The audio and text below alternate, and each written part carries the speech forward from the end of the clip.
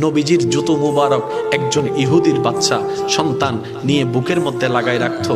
একটা দিন যখন নবীজির রহমাতুল লিল আলামিন খবর পেয়েছেন ও ছেলেটা অসুস্থ, নবীজি সব কিছুকে ফেলে ওই ছেলেকে দেখার জন্য চলে গিয়েছেন। সুবহানাল্লাহ। যাওয়ার পরে নবী বুঝতে পারলেন তার আর দুনিয়ার ভিসা বেশিক্ষণ নাই। রবের কাছে দোয়া করলেন, ও আল্লাহ, আমাকে মোহাব্বত করে আমার জুতা নিয়েছে, আমাকে মোহাব্বত করে আমার জুতা বুকে নিয়েছে। জগৎ যখন জানবে নবীর জুতা বুকে নিয়ে নেওয়ালা জাহান্নামে চলছে, জাহান্নামের আগুনে জ্বলছে, আল্লাহ এটা তো আমার ইজ্জতের ক্ষতি, এটা তো আমার ইজ্জতের ক্ষতি।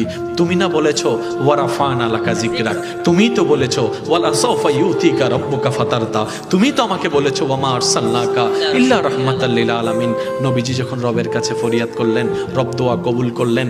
আল্লাহ তাআলা রাসূলকে নির্দেশ দিলেন, আপনি ওকে কালিমা পড়তে পড়েন। সে কালিমা পড়তে দেরি, ইন্তেকাল হতে দেরি হবে না, ইন্তেকাল হতে দেরি, জান্নাত দিতে দেরি হবে না।